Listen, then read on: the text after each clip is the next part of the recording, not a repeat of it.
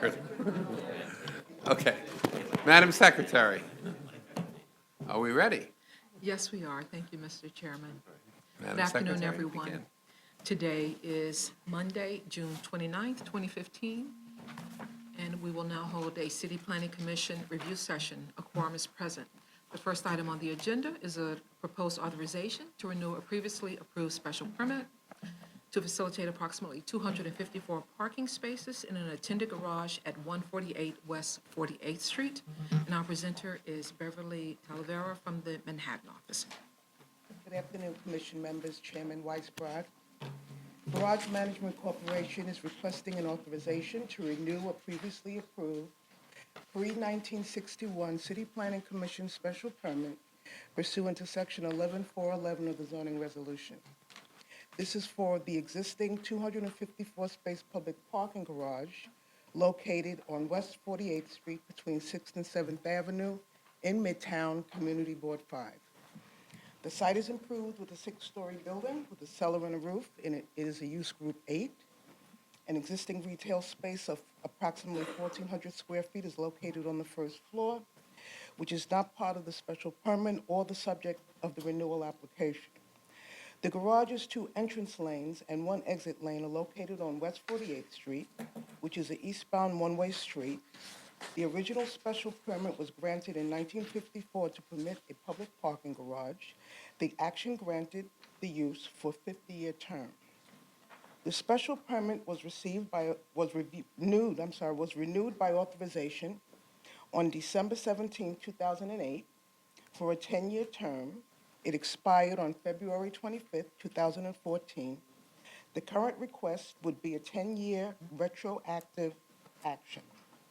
The authorization would permit the continued use and operation of the existing garage. On site, there is a pedestrian flashing light located at the entrance and exit lane. A speed bump is located within the exit lane. Bicycle parking is located in the cellar. A stop sign is located adjacent to the exit lane. The existing development will continue to operate as it has since 1954, with the cellar, roof, and all 6 stories used for public parking. The cars will continue to be transported by attendants between levels using 2 automotive elevators. The new renewal would expire on February 25th, 2024. Thank you. Questions? We'll start with Ms. Levin. I can anticipate your questions. No, what if I don't get it right? You'll surprise. That'll leave room for Cheryl. Right?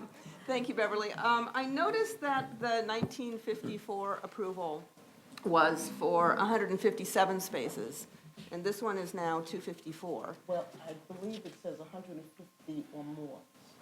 But the garage they applied for, oh, I see, so they although they only had 100, they only said they were going to park 157 cars in 1954, it's now 254. I guess cars have gotten a little bit smaller. Anyway, the question was whether, you answered it, whether there's a regulatory issue with the significant increase in the number of cars they're parking. I didn't anticipate that You didn't question. get okay. So how about this one? Reservoir spaces. I see that they're only providing 7, but if you do the math, the current requirements would require something. Now it's about 12 or 13. Exactly. And the original approval did say they had to comply with all operational laws for the garage. So are there capacity problems, street overflow problems with having so few reservoir spaces there? It is a super crowded location because it draws, it parks cars for Times Square. I'm not aware of that, but I will. Are we referring this out? We are. So it comes back, it goes to community for review. Okay. How'd I do?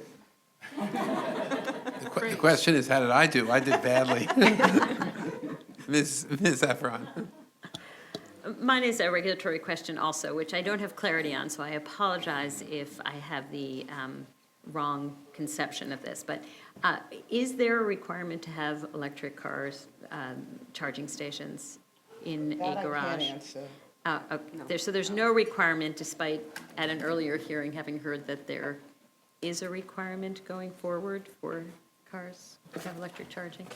Anyway, I would love some clarification on that, and perhaps could be asked whether or not there's any intention to bring electricity in to have electric car charging. It's, I don't know, Stephen, do you know, this is an interesting question, because if this was a brand-new garage in Manhattan, it would.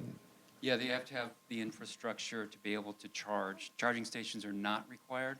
This is not in the zoning either. This is through the city council, through DOB ordinance. So it would have to have infrastructure for 20%, to be able to charge up to 20% of the spaces. But no charging stations are required. So the infrastructure is required? Yeah, because that's one of the stumbling blocks for electric vehicles, is getting all the capacity in there, because you have to have a lot of extra capacity to get the electricity in there, and they absorb a lot of power. And Con Edison has done a lot of work with them on some other projects where they studied, and they had to study, what would happen if 5,000 vehicles started charging at the same time, and it would be a serious problem. So everybody has to have the capacity first. But this garage is not intending to have capacity, because it's not a new. It's pretty, yeah. Mr. Cirillo? Okay, so I think just that last sentence was where I was going. So the local law adopted by the council, which requires the infrastructure, but not necessarily the actual functionality, that's only for new construction? Right. I believe so. Okay, thank you. I know it was an issue with the Staten Island Mall enlargement in the garage, so I'm just trying to connect the dots. Okay, thanks. Any other questions for Beverly or for Stephen? Okay, so this will be referred out for 45 days, and we will see if there are any community issues when it returns. Thank you, Beverly. Let's now move to item number 2, page 15, proposed modification to a general large-scale residential development on a site within the former West Side urban renewal area to facilitate an expansion of commercial space within an existing building located at 70 West 93rd Street. And Commissioners, I'd like to introduce you to Eric Olson, who's making his very first presentation before the City Planning Commission. He's a planner in the Manhattan office.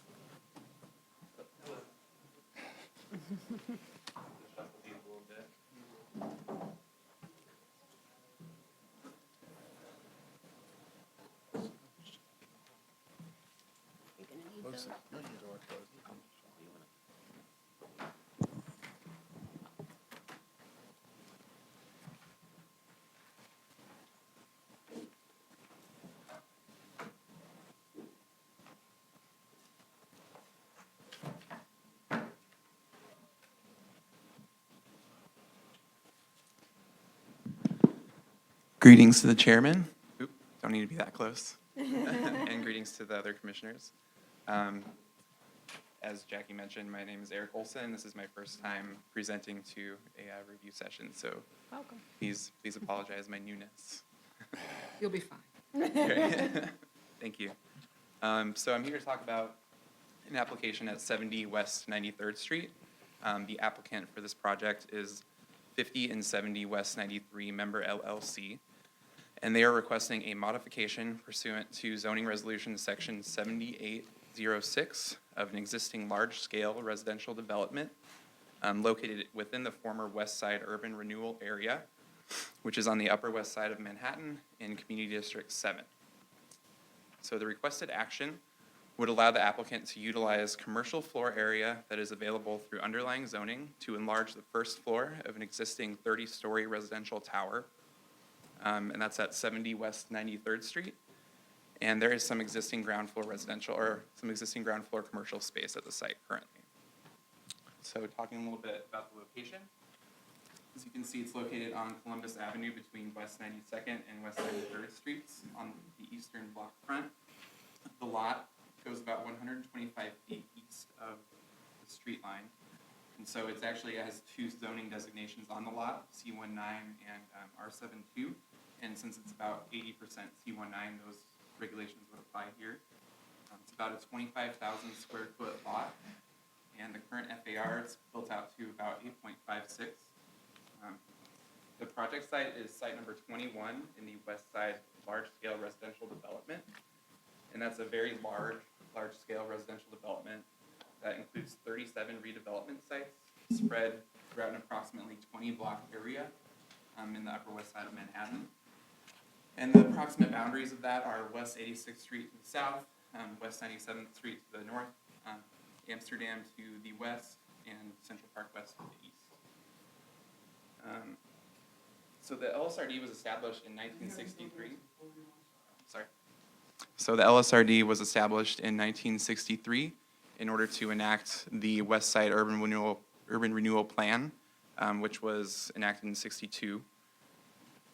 So though the Urban Renewal Plan expired in 2002, the large-scale residential development continues to control floor area for residential, commercial, community facility, and open space ratios for both individual sites as well as sort of cumulatively for the LSRD as a whole in a cumulative table. So in many cases, the commercial and community facility floor area that's stipulated by the large scale is less than what would be allowed through underlying zoning, particularly through commercial and community facility. So for instance, at this site, which is site number 21, the amount of commercial floor area stipulated by the LSRD is about 5,500 square feet, whereas pursuant to the C19 regulations, with 2.0 for commercial, it would be about 50,000 square feet. So some background about the 7806B text. The Commission adopted the 7806 text in 2008, and that was in order to enable sites within the former West Side Urban Renewal area to build enlargements to bring community facility and commercial floor area out to the street line, to the property line, in order to utilize some currently underutilized and often unimproved open space.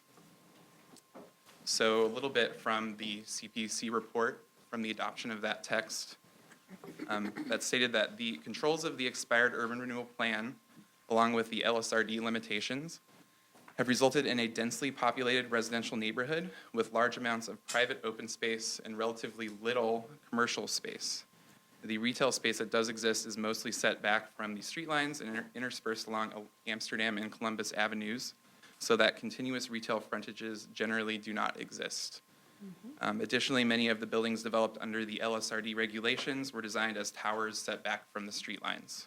So that's your typical sort of tower in a park style development that was taking place. So the amendment was passed with a number of conditions to make sure that these enlargements would activate the streetscape and introduce a more varied retail experience for the pedestrians. So there have been there have been three previous enlargements built pursuant to the 7806 text. One of them is directly across the street from the site in question today, the Leader House development, which was approved concurrent with the adoption of the text. The other sites are along Amsterdam, the Axton House, and the Haywood Tower developments.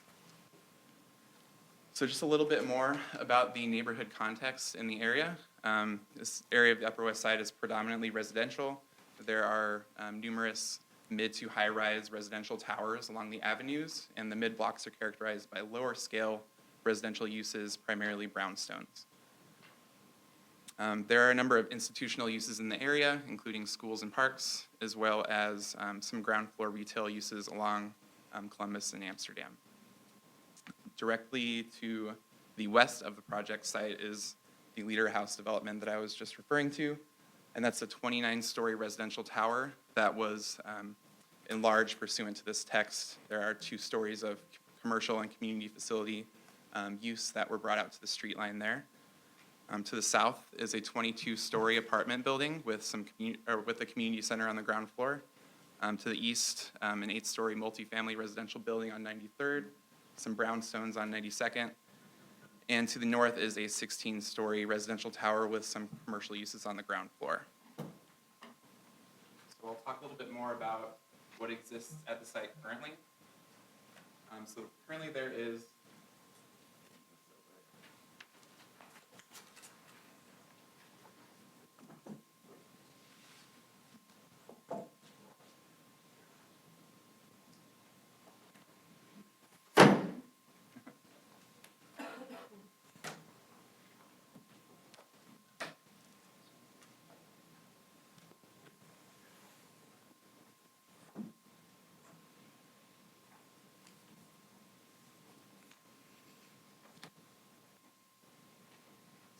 So currently there is a 30-story residential tower at the site. It contains about 203 dwelling units, a mix of market rate and rent stabilized units. And those begin on the second story. So you can see here, this is the existing and proposed second story plan and the existing and proposed plan on the ground floor. So the base currently contains 2 retail spaces totaling about 1,350 square feet. Those are a valet laundry business and a leasing and brokerage office. These are primarily oriented towards residents of the building. And as you can see here, there is one retail space that fronts along 93rd Street and one that fronts along Columbus Avenue. On the first floor, there's also a residential office, residential lobby, trash and laundry rooms, that kind of thing. There is an 88-space below-grade parking garage currently as well on the site, and that has access off of 92nd Street. The base of the building, currently along Columbus Avenue, is set back about 21.5 feet from the property line. There are open areas on each side of the building currently, and only about half of those are able to be utilized by pedestrians for circulation. Currently, about 17,700 square feet of open space exists on the site. And you can see a little bit of this here. There are 5 planted pots with 12 benches total. A lot of those are directly oriented around 3 of those 5 pots. There are some larger planted areas that currently exist on the ground floor sort of level of the site right now. And there's also a play area towards the rear of the building. So just a little bit more about the 7806 text. So the proposed enlargement would be built pursuant to the amended 7806 text. And that entails that the enlargements have to meet a number of conditions in order to be approved. So I'll talk a little bit about those conditions. Residential uses above the ground floor, existing prior to 2008, may not be converted to a non-residential use. And that also follows that no community facility uses are permitted above the level of the second story ceiling. So the enlargements here are restricted to commercial uses within use groups 6A, 6C, and 6F, as well as community facility uses. There are some minimum retail establishment requirements, including no fewer than 3 establishments per each block front along Columbus Avenue or Amsterdam Avenue, and each has to have a separate entrance. There is a maximum retail length stipulation of 100 feet per retail establishment along Columbus Avenue or Amsterdam, and that maximum goes down to 25 feet for banks, loan offices, and community facility uses. There is a transparency requirement as well within the text. It needs to be 70% transparent material up to a height of 12 feet on the ground floor street wall. The open space provided by these enlargements needs to be usable by all residents of the building with appropriate circulation, planting, seating, lighting, et cetera. The enlargement, there's sort of a general provision that the enlargement needs to enhance the streetscape and that the design needs to promote a harmonious relationship with its surroundings. So that covers the provisions in the 7806 text. A little bit more about the enlargement itself on the ground floor. As you can see, it's been built out, or the proposal is to build the enlargement out to the street line on West 93rd and West 92nd Streets. And the enlargement would almost go up to the property line on Columbus Avenue. It has been recessed slightly to preserve this row of street trees, sort of a double row of street trees. So the proposal would preserve both of those rows. And so it's recessed from the street line about 3 to 8 feet, depending on the location. So this would fill in some currently sort of underutilized and unimproved open space on the property. The enlargement would add approximately 14,700 square feet of retail space to the ground floor, and that would make a new total of just over 16,000 square feet of commercial use on that ground floor. This would involve 5 different retail spaces, compliance with the 7806 retail requirements. They would range in size from 1,800 square feet for the smallest retail establishment to 6,500 square feet for the largest. 4 of these retail establishments would front along Columbus Avenue, again complying with the 7806 text, and one of them would have frontage along West 93rd Street here.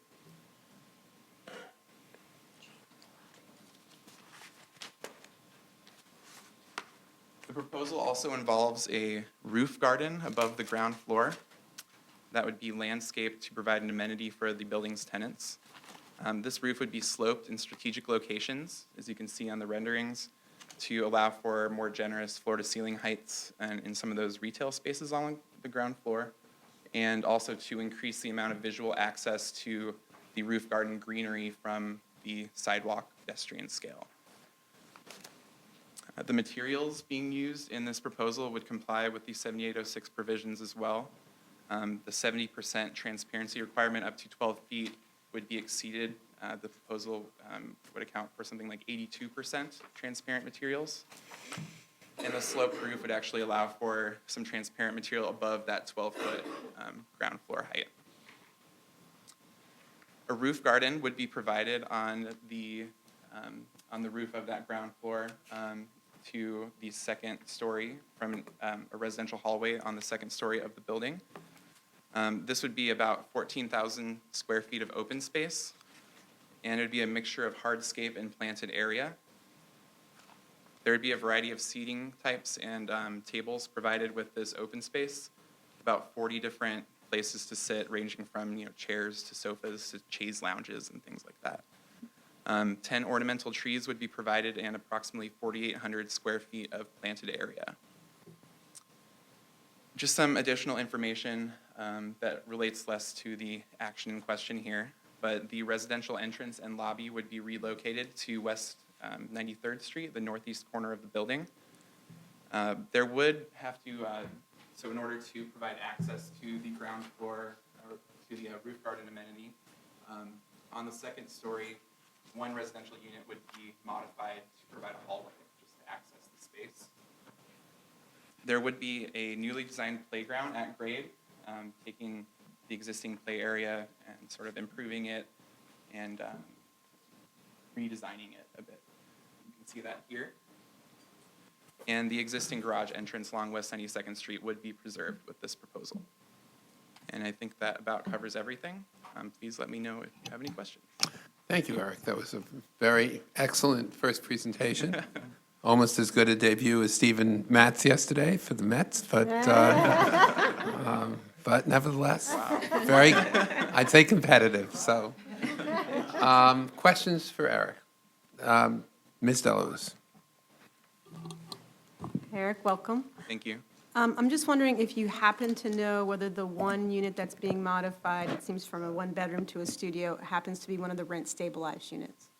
I don't know if it's rent stabilized. I do know that the lease for that unit is expiring and that the tenant does not plan to renew the lease. Okay, thanks. Any other questions for Eric? Mr. Cantor. Thank you, Mr. Chair. Good job. Thanks. Are we doing anything special with the windows fronting on the play areas because of the new play area and noise? Good question. The window specifically fronting on the play area. I can't, I don't know anything specifically above the second floor. However, on that second floor, I didn't mention this, but there are residential terraces, sort of private open space that would be available to the tenants on the second floor. I'm concerned inboard of any balconies and such. Sure, yeah. Behind the glass. So those terraces would be separated from the open space, and they would not have visual access to the playground area. But above the second floor, the balconies would just remain as they are currently, which is just a sort of steel grate. Okay. How many people can occupy that play area? It's just children's play, it's not anything beyond that? Sure, it is just children's play, and again, it is something that exists currently, and it will just be improved. Thank you. Ms. Levin. Yes, Eric, welcome, and thank you. And I guess, for starters, is this being referred out to the community? Okay. Yes. So we can, I'll be very interested in what we learned from the community review. I have serious questions about the sort of the design idea here and how this sort of Jetsons drive-in restaurant look is harmonious, relates harmoniously to its surroundings. You know, that stretch of the Upper West Side reflects what was cutting-edge design ideas in the 1960s that have been largely walked away from. But what is important along that stretch is the breadth of the sidewalk on the east side of Columbus. And this seems to be coming out certainly much further than currently. Obviously, enlivening those stretches with commercial use is a very good idea, but I think we have to be careful about these interventions and be sure that they do fit in with their surroundings from a design perspective. So I'm sure that Community Board 7 will have their own strong opinions about it, and so we can wait until it comes back. I will say that the applicant has already presented the project to Community Board 7, the Land Use Committee, and I don't want to speak for the world Land didn't Use blow up. Board, but Yeah. it seemed to have been well-received generally. Okay. Mr. Knuckles? Eric, could you cite on those drawings where the existing entrance to the residential is as opposed to where it would be relocated? On the ground floor? Yeah. Sure. So the existing residential lobby is right here, sort of in the northwest corner of the building. All right.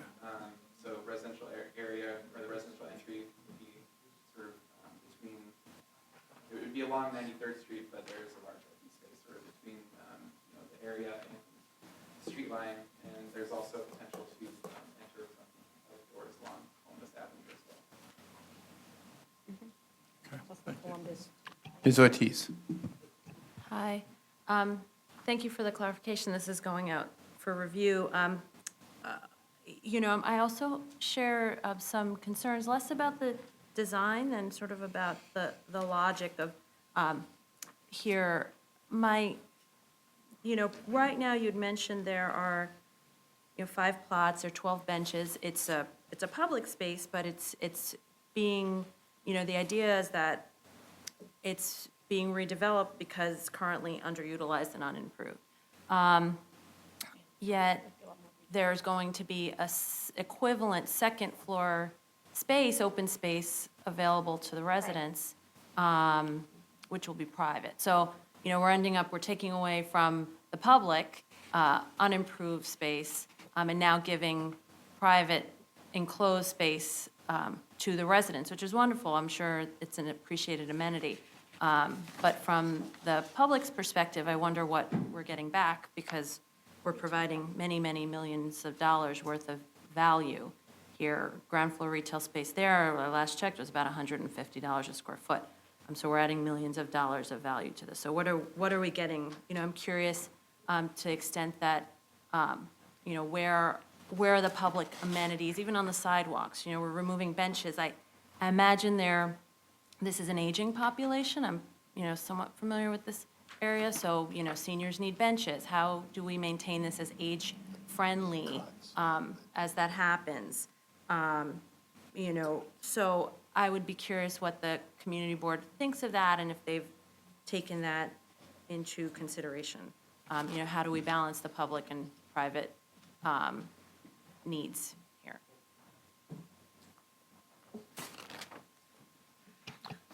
Any other questions? Okay, thank you, Eric. This will be referred out for 45 days, and we will get answers from the community's perspective to many of these questions, hopefully. Commissioners, let's now move to item number 3, page 53. It's Manhattan Non-ULURP Post-Referral Application with respect to a City Planning Commission certification to facilitate the transfer of development rights from the Neil Simon Theater to property located at 560 7th Avenue. Our presenter is Stephen from the Manhattan office. We're on item number 3, page 53.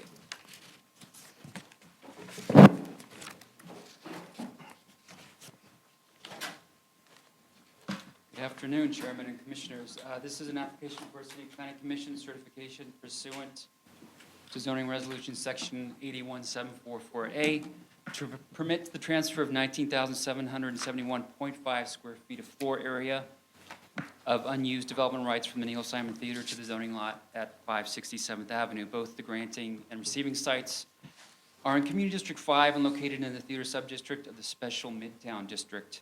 This transfer will facilitate the development of a proposed new hotel and retail space at 567th Avenue and permit an increase of 20% or 2.0 FAR over the receiving site's base FAR of 10, which is the maximum allowable transfer. This application was referred for 60 days to Community Board 5, the local council member, and to the borough president on March 30th. The Special Midtown District was created in order to aid the preservation and rehabilitation of existing theaters and protect the character of Manhattan's theater district. The Special Midtown District provides this mechanism for the transfer of development rights from listed theaters in the zoning resolution to sites within the theater subdistrict. The use of this provision requires a contribution to the theater subdistrict fund. The granting site, the Neil Simon Theater, is the photo board on the far side. It's located to 250 West 52nd Street in a C6-5 zone and is listed theater in the section 81742. It is an active theater which was designated as a city landmark in 1985 for the individual building and for the first floor interior. There are 97,838 square feet in excess development rights at the granting site. Has not previously sold any portion of these rights, and with the transfer to 567th Avenue, there will be 78,066.5 square feet remaining at the Neil Simon Theater. The receiving site in the near photo board here is a 6-story building located at 567th Avenue in an M16 zoning district at the northwest corner of 7th Avenue and West 40th Street. The site is a former Parsons New School for Design and the location for the Project Runway TV show. The building is currently vacant. The building previously had the Garment Center congregation located in the cellar since about 1965.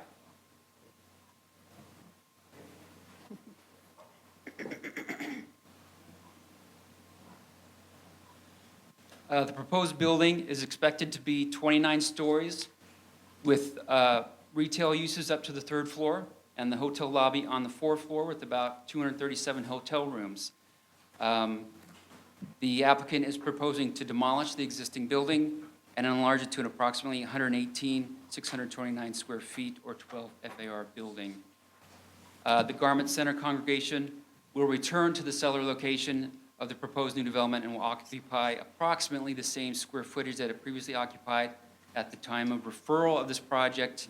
A question was asked about a possible temporary location for the Garment Center congregation. The applicant has secured and rented a space at 1384 Broadway for the synagogue during construction of the project.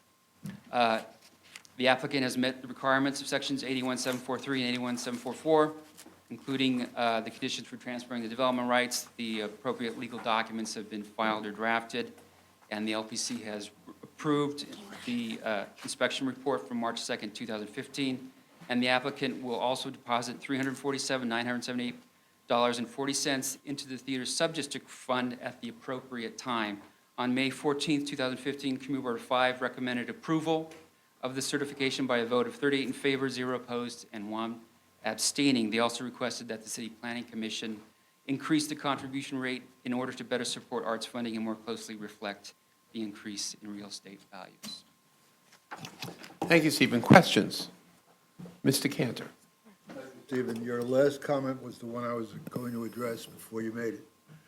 As I recall, when we initially created this opportunity, we had, I don't know, something under $10 a square foot as the contribution. That's been increased to, I think, it's currently around $17. And 60 cents, 17.60. I didn't add the surtax. Don't we have a renewal review every 3 years, is it? It's every 3 to 5 years. Three- And at the end of this year, it'll be 4 years. So it's been about 3.5 years since the last. Okay, so this is within our so-called purview, if we wanted to reopen the subject, it's time. It is time, and we actually have been working on it for a few months. And we're looking into the different property values and the mechanism and the methodology, and we will be proposing something in the near future. Because I was, Let me just say a word about this.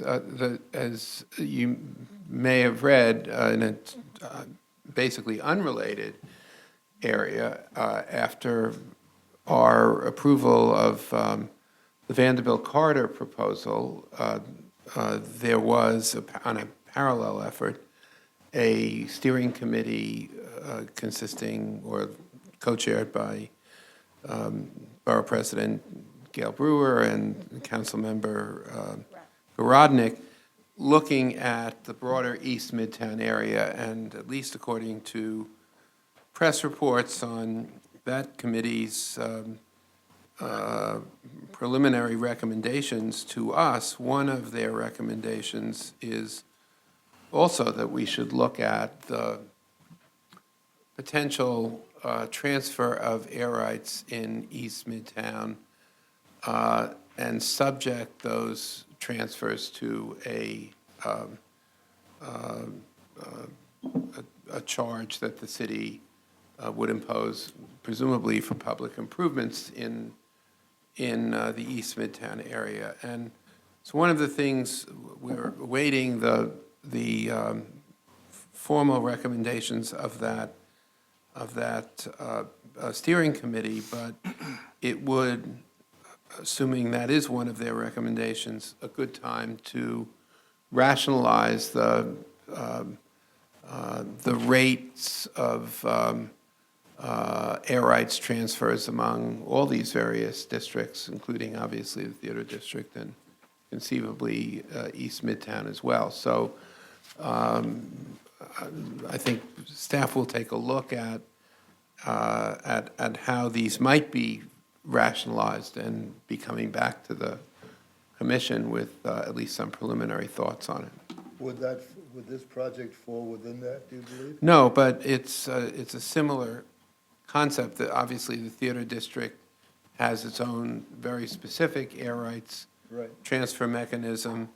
Presumably, if an air rights transfer mechanism for East Midtown was embraced, that would also have its own specific provisions, but at least we should be aware of the relationship between whatever the city might impose in terms of a fee on those air rights transfers, to make sure that they were reasonably rational. Thank you. Ms. Levin? Stephen, you mentioned that the staff is looking at the current rate along with, I guess, this larger package of issues. Do you have any idea how the assessed value of properties in the Theater District has evolved since the last time the rate was adjusted? I think it's gone up a substantial bit. Substantially, okay. So if we just looked at the formula in the zoning, we could anticipate a substantial increase I think that would be. by the end of the year? Yeah. Okay. Sounds like a good idea for certainly for the theater fund. Where's that from? Just a quick question. Thank you for the thorough review before the hearing. Will anyone from the Garment Center Synagogue be coming to the, oh, no, we're Nope. done, right, We're done. right. Exactly right. So how long a lease does the synagogue have? I do not know. It's, you mean for the temporary location? It's. I No, was- no, for the return location. Oh, I'm not sure. I mean, I was assuming it would be a very long time. It would be interesting to know that, if possible.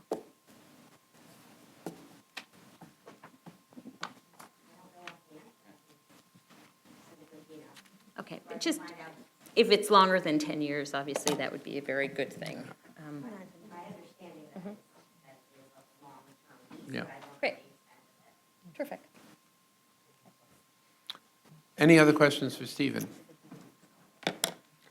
Absent any other questions, I will entertain a motion to send an approval letter to the Buildings Department.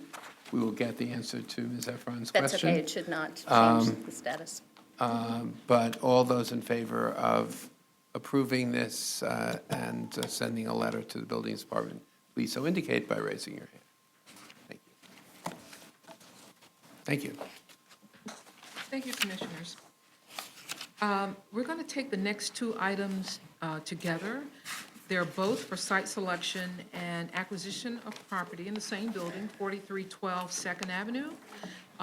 One is for space for the NYPD Evidence Storage and Central Records Facility, and the other is for the New York County District Attorney's Storage Facility, back from Community Board President review. And in keeping with the chairman's earlier baseball metaphor, we have a pinch hitter. Jonathan Keller from the Brooklyn office is pinch hitting for Jonah Rogoff, who couldn't be here today. Yes, thank you and good afternoon, Chairman and Commissioners. The following site selection and acquisition applications, as Jackie mentioned, were certified on March 30th and are coming back to the Commission for pre-hearing. They're running and being presented concurrently because the existing proposed facilities are located in the same building at 4312 Second Avenue in the Sunset Park neighborhood of Brooklyn, Community District 7. In the first application, the New York City Police Department and the Department of Citywide Administrative Services are seeking a site selection and acquisition to facilitate the lease of approximately 93,000 square feet on the 6th floor and 15,000 square feet on the 1st floor. In the second application, the District Attorney's Office of New York County and DCAS are seeking a site selection and acquisition to facilitate the lease of approximately 96,000 square feet on the 5th floor and 19,000 square feet on the 2nd floor. As shown in the pictures, the project site is a 6-story building occupying an entire block with a total of approximately 581,000 square feet of floor area. The building has remained largely vacant for the past 5 years or so, containing a small amount of storage uses, including the city's Board of Elections that occupies the 3rd and 4th floors for the storage of voting machines, which was part of a site selection and acquisition action approved by the Commission in 2009. Currently, under temporary license agreements, the District Attorney's Office occupies the 5th floor, and the New York Police Department occupies the 6th floor. During Hurricane Sandy, 2 NYPD storage facilities were flooded, which led to the NYPD relocating its storage files to this site. Aside from these facilities, the rest of the building is vacant, primarily on the 1st and 2nd floors. The proposed actions would allow both agencies to safely store case records on a more predictable and longer-term basis, and for the NYPD to also store evidence, records, and general property obtained during routine police work. In the surrounding area, land uses mainly consist of semi and light industrial uses. To the west of the site along the waterfront, there's a mix of transportation and utility uses. And to the east of the site, there's a mix of semi and light industrial uses, commercial uses, and non-conforming residential uses. The site is located in an M31 zoning district, which permits both light and heavier industrial uses. To the east of the project site, there's an M12 district, which permits light industrial uses, and an M12D district, which allows light industrial uses as of right and residential development via a CPC authorization. The area is well served by public transit, with access to the N and the R subway lines on 4th Avenue and by multiple bus routes. For the Commission's reference, the full fair share analysis, as required for the site selection actions, is enclosed in the briefing package. With respect to community planning efforts, a 197A plan for Sunset Park was adopted in 2009 and includes the area of the site. Further, it should be noted that the site was included in the 2013-2014 New York Citywide Statement of Needs as part of a longer-term plan to relocate and consolidate evidence and record storage citywide. The applicants indicated, and can speak more to this on Wednesday, that this site is appropriate due to the building's abundance of space, accessible location, and proximity to 2 major police precincts. And finally, on May 20th, Community Board 7 issued a recommendation to approve the applications with a vote of 25 in favor, none opposed, and 3 abstaining, with the sole condition that the property owner work with DOT and DPR to create plantings or other public amenities along 43rd Street that would help attract people to the newly opened Bush Terminals Pier Park. The applicants and owner of the building can speak more to this on Wednesday and to other questions raised by the commission. But following the recommendation, the applicants reached out to the landlord and expressed a willingness to make those streetscape improvements. And with that, I can answer your questions. Thank you. Presumably so that the voting machines don't get too lonely. Questions? Ms. Deluz?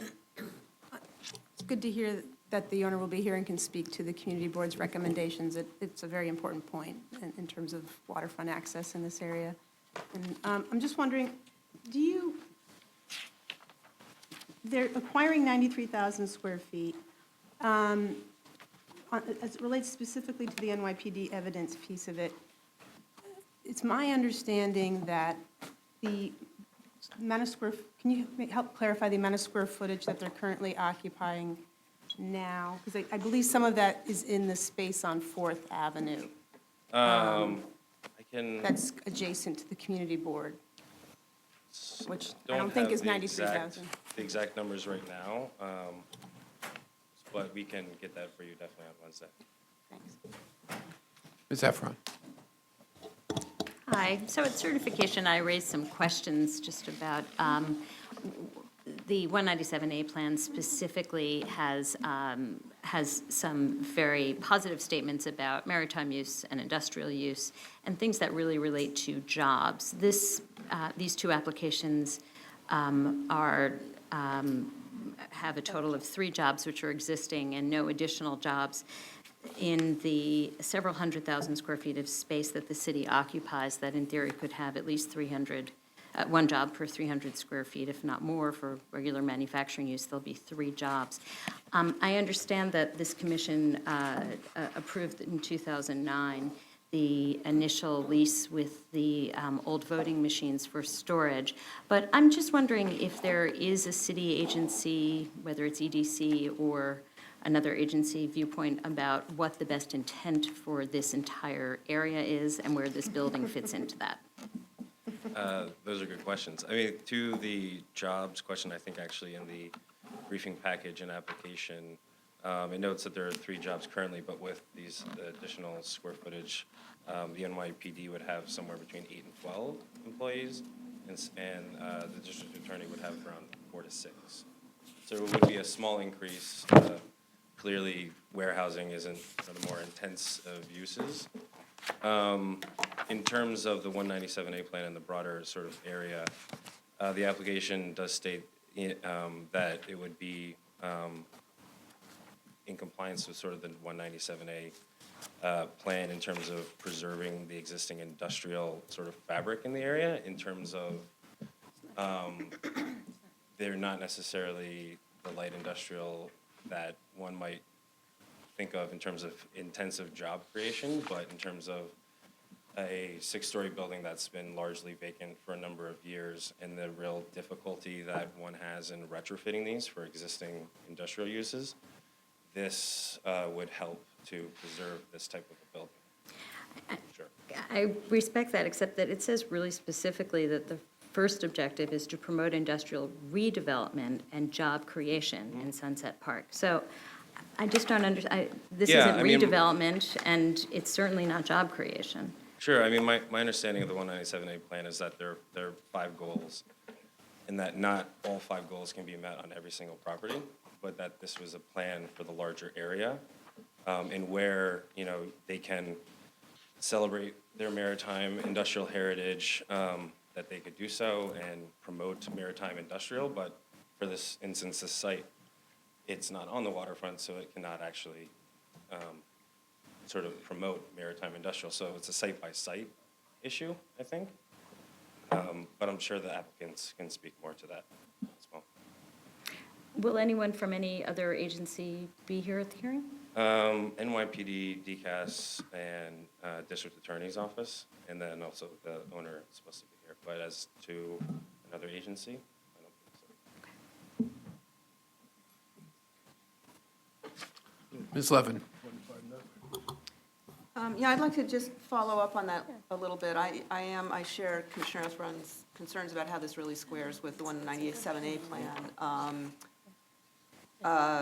Although it's interesting to me that the community board did recommend so strongly approval of it, so if they had issues with their own plan, we might have heard there.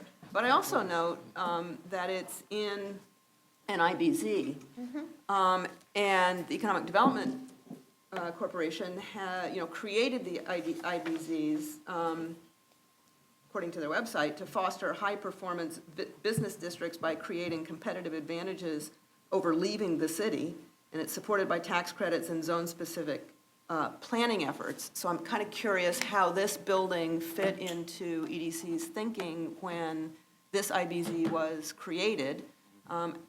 How successful is this IBZ? Why isn't the city pursuing, I mean, I certainly understand why the agencies before us are looking at this for storage space, looks like perfectly good storage space, except the whole idea of IBZs was to try and encourage some other kind of activity. So how successful has the city been in fostering those other activities in this area? Obviously, that's not a question for you, but I hope maybe Yeah. DCAS can speak to it on Wednesday. Yeah, and we can definitely follow up on that, and I would just note that, these types of large six-story buildings with large pillars, the old-time industrial uses are very difficult to retrofit, and I would note that the first and second floors are primarily where the vacant space would be, and so hopefully in the future, Yeah. that could still be a preferable space for some of these more intensive uses. I would hope so. I mean, we certainly have Industry City sort of underway, obviously a big project with some risk attached to it, but this is more of the same. So if that gets off the ground, it'd be great to see something real happening here. Mr. Knuckles? Is this in the same community board as like the Brooklyn Army Terminal? Army Terminal is No. different. Not It's the Brooklyn. same community board as Industry City. Yeah. Right, and the South Brooklyn Marine Terminal. Okay, thank you. Ms. Deleuze? Just very familiar with the neighborhood. The one thing this really speaks to an agency point. And I think, how is it when DCAS is trying to find sites for these kind of uses? Do they balance their needs for storage space and the city's needs for storage space with communities' desires and the city's desire for other economic development and workforce development opportunities? And I think that's the main question here. And, Sunset Park Waterfront is one example of many waterfront communities in the city, and I get why they went here for many different reasons. It is costly to redevelop these properties, but it's happening.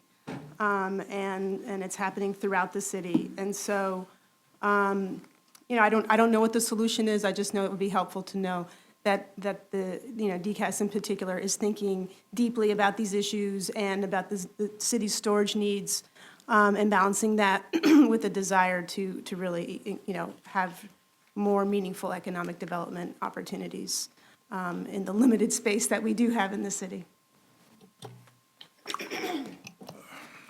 I think, all of these questions are duly noted and are serious questions. I'll just say that, first, the space has been vacant for many, many, many years. And second, there is, especially when one takes into account Industry City and the surrounding properties around Industry City, a huge overhang of vacant space in the Sunset Park neighborhood. It is not as if these two relatively small leases in terms of the overall vacancy rate in Long Island, in Sunset Park, is displacing or even competing at the moment, as best we can tell, against the kinds of high-performance industrial uses we would like to see. And the space has been vacant for many years. There's a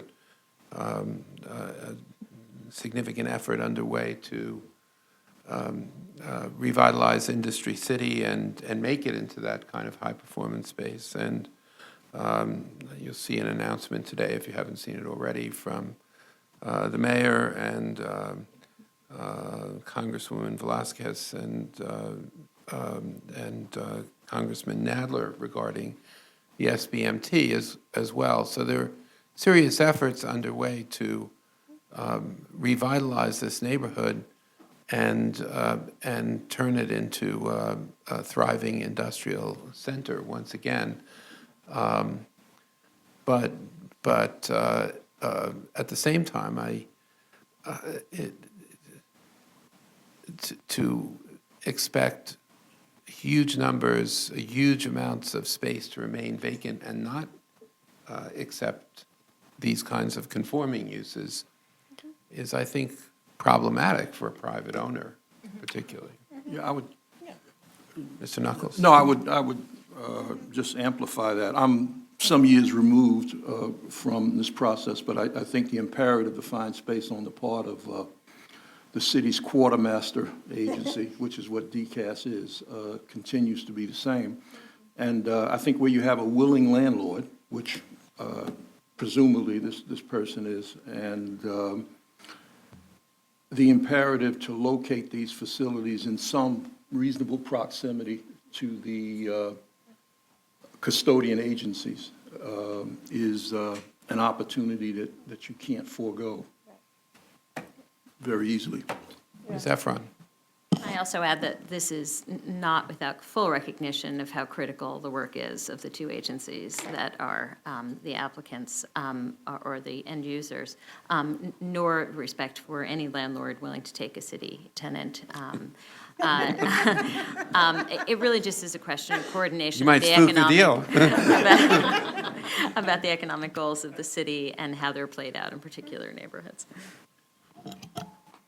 The hearing on Wednesday, so I'm sure these issues will come up as well. One thing, Jonathan, that would be, I think, helpful if it is readily obtainable is, what is the overall vacancy rate in the Southwest Brooklyn Industrial Yeah, we'll have that. IBC? We'll have that on Wednesday. Right. So- Any other questions to Jonathan?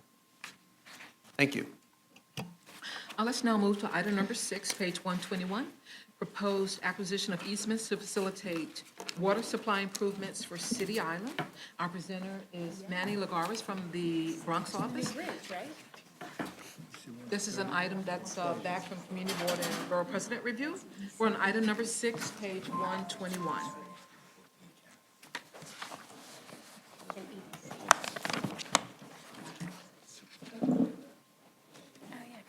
Today would have been a good day for a site visit to City Island. Yeah. It's a lot of people.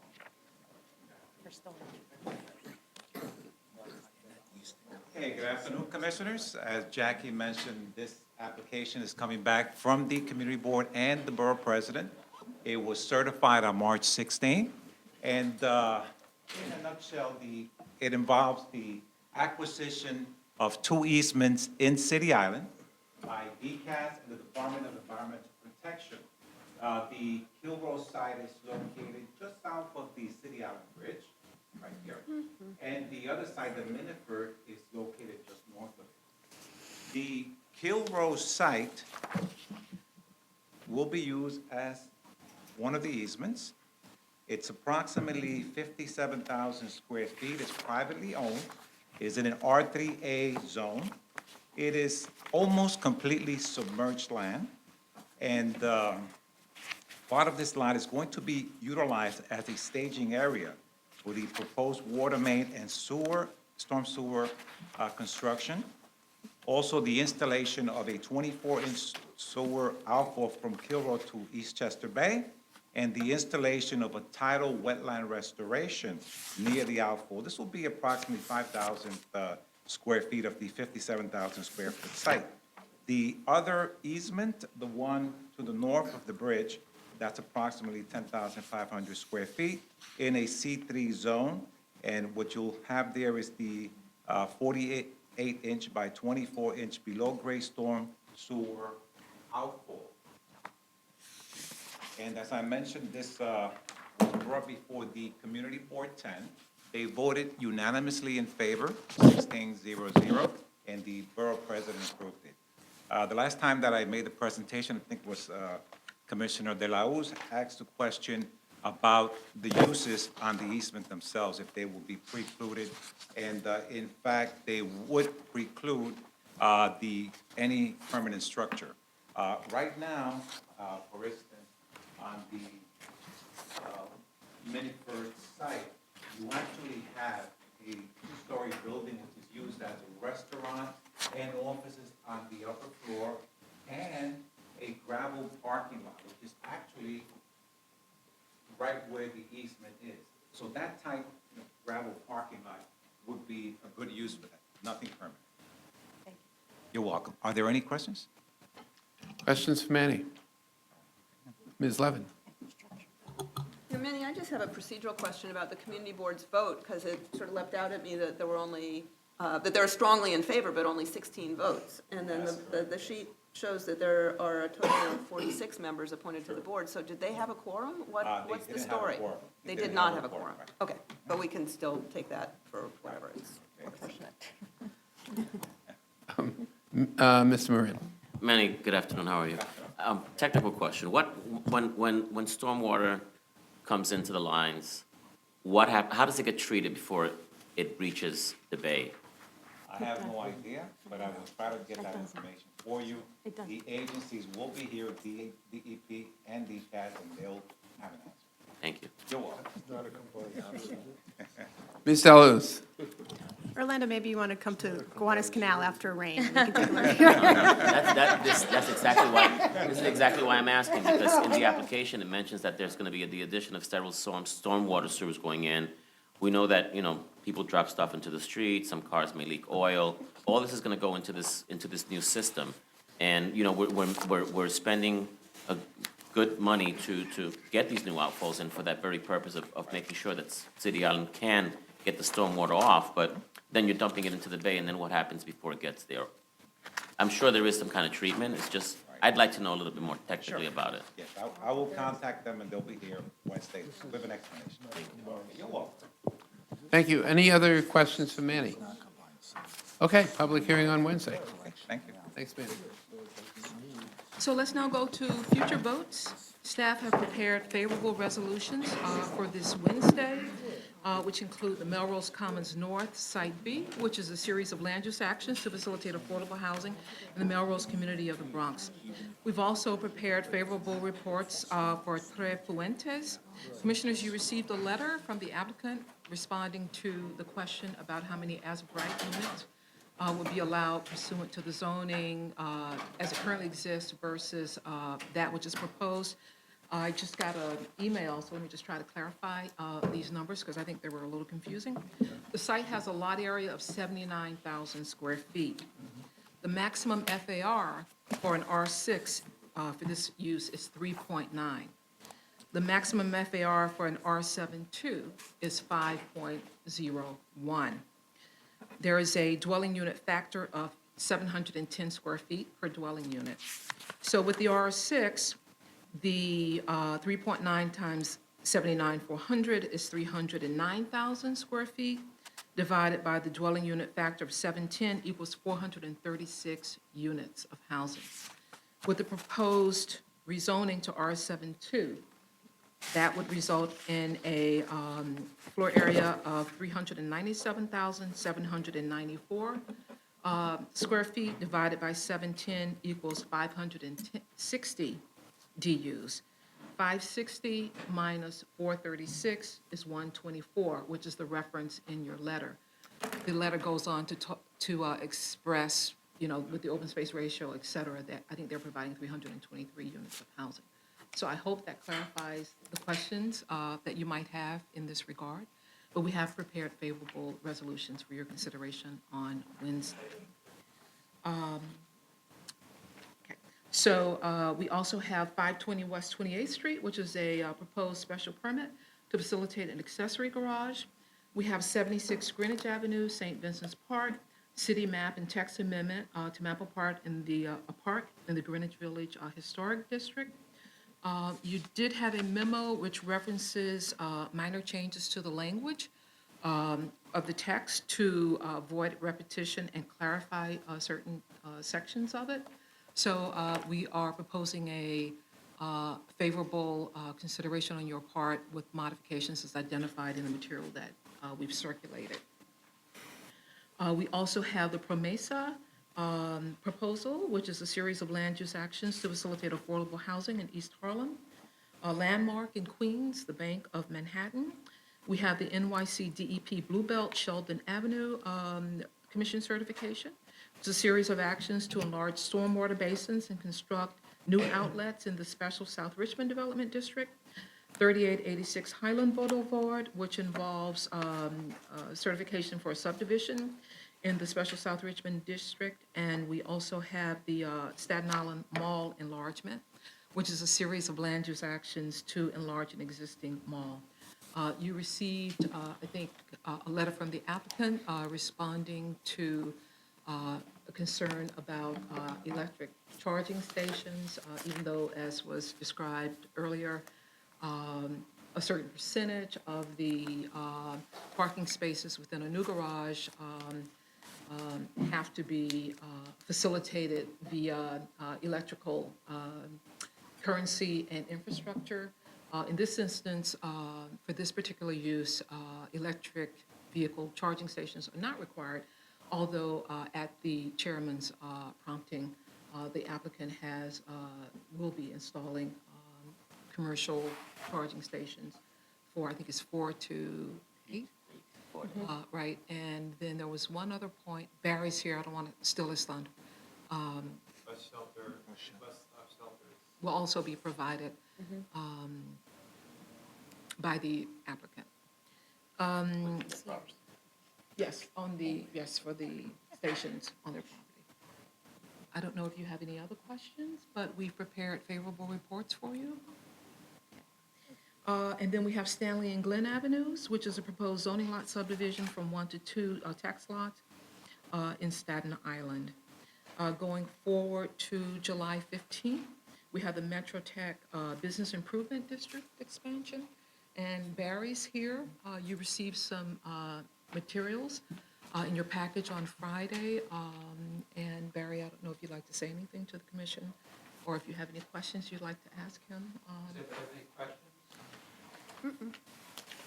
Are you the same Barry that's in the 1991 memorandum?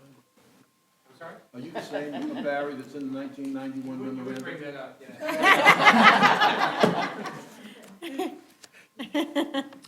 Okay, so it looks like we're good to go. And I don't. You were an intern, Barry. High school. and we have the Bright Horizons Children's Center, which is a proposed zoning text amendment to facilitate the Bright Horizons Children's Center in the Queens Plaza Subdistrict of Long Island City District. And last but not least, we have 269 Henry Street Firehouse, which is an urban development action area project designation and project approval to facilitate the adaptive reuse of a former firehouse for the Henry Street Settlement Community Center. So, Mr. Chairman, that's, I think, all that's on the agenda for today. Any other questions? I will see you all, most of you all, on Wednesday. Great. Meeting adjourned.